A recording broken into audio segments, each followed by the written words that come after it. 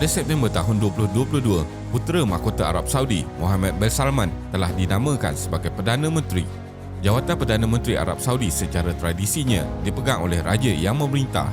Pelantikan putera mahkota itu dilaksanakan dengan membuat pengecualian terhadap peruntukan perkara 56 Undang-Undang Asas Pentadbiran Arab Saudi dan peruntukan berkaitan dalam Undang-Undang Majlis Menteri.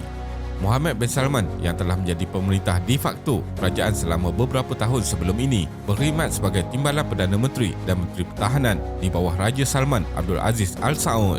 Putera Muhammad telah diangkat sebagai putera mahkota pada tahun 2017 bagi menggantikan bapanya sebagai raja.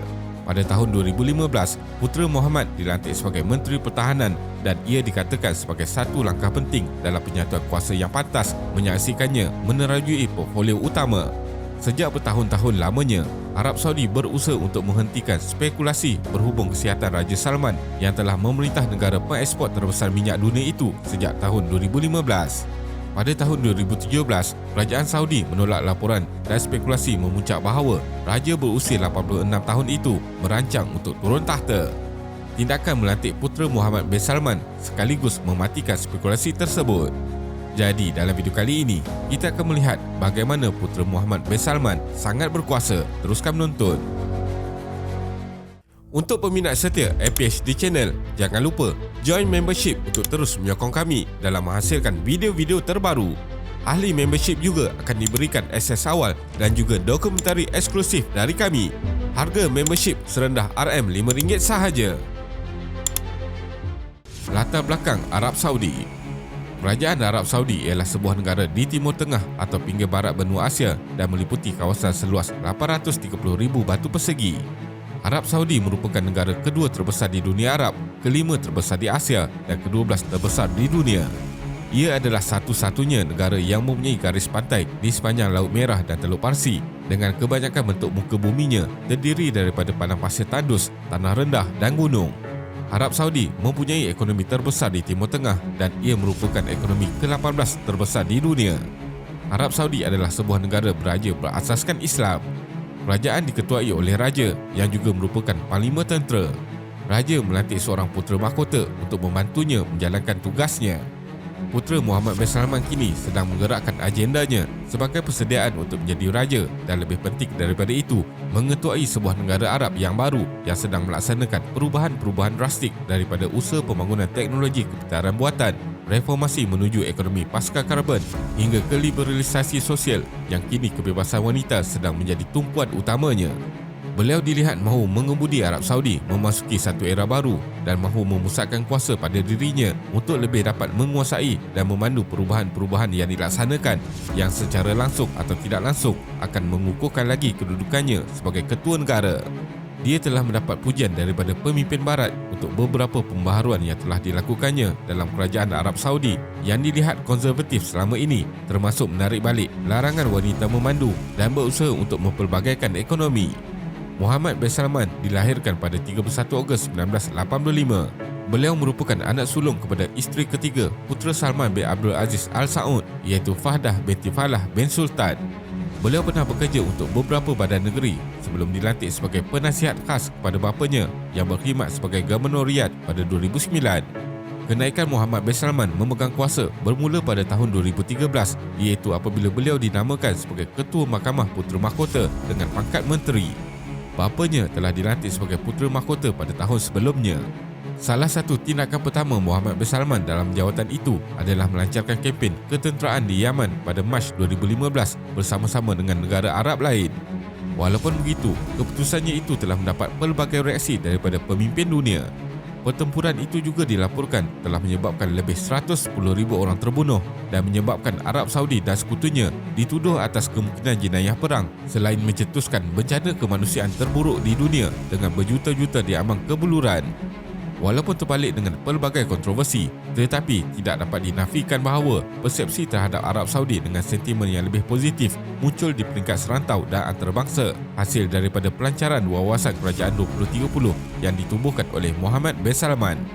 Kepimpinan beliau telah dicerminkan melalui visi bercita-cita tinggi untuk membangunkan Arab Saudi sebagai pemimpin global membuka negara kepada dunia. Hala tuju strategik ini bertujuan untuk memimpin negara ke arah transformasi besar dalam kekayaan ekonomi, sosial dan alam sekitar serta membentuk masa depan yang inovatif berdasarkan tonggak dan matlamat utamanya. Pembunuhan Jamal Khashoggi. Putera Mahkota Arab Saudi, Mohammed bin Salman, telah berdepan dengan tuntutan Mahkamah Amerika Syarikat berhubung pembunuhan seorang wartawan yang bernama Jamal Khashoggi. Walaupun begitu, peguamnya menjelaskan bahawa beliau mempunyai kekebalan daripada pendakwaan dan kekebalan itu diperoleh secara langsung selepas pelantikannya sebagai Perdana Menteri Arab Saudi. Jamal Khashoggi didakwa dibunuh oleh ejen Arab Saudi di konsulat negara itu di Istanbul dalam operasi yang dikatakan diarahkan oleh putera Muhammad.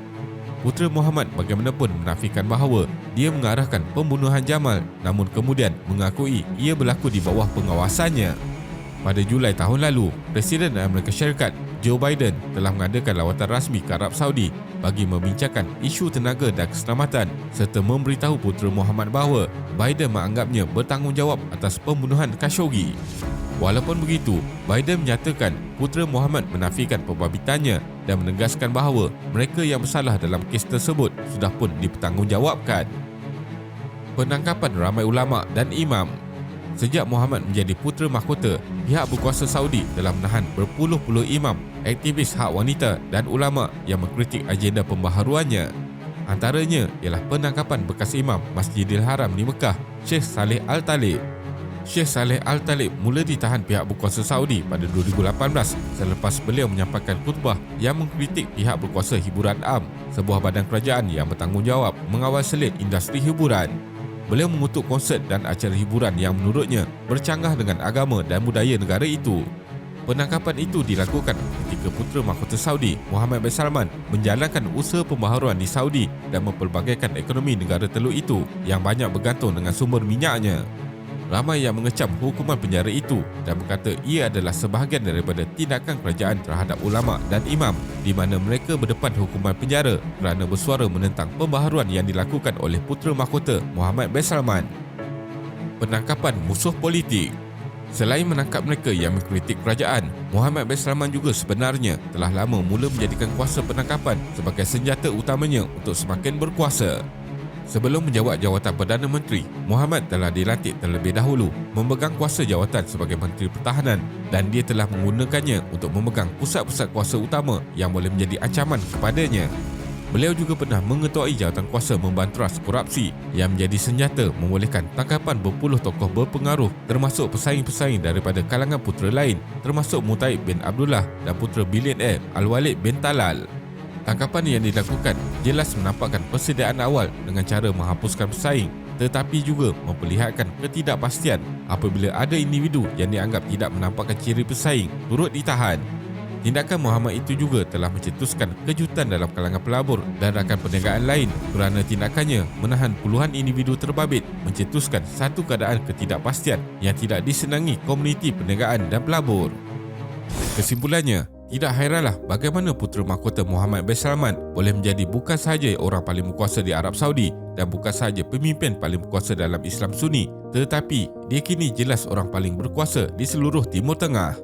Tindakan dan visinya yang jelas dalam membawa kemajuan kepada negara pengeluar minyak terbesar dunia itu ternyata berbeza daripada pemikiran pemimpin-pemimpin negara yang sebelumnya. Beliau bukan sahaja mendapat lebih banyak kawalan ke atas negaranya sendiri, tetapi tindakannya yang sedemikian telah menjadikan Arab Saudi lebih berkuasa dari segi politik dan kewangan. Terima kasih kerana menonton dan jangan lupa subscribe. Jumpa lagi.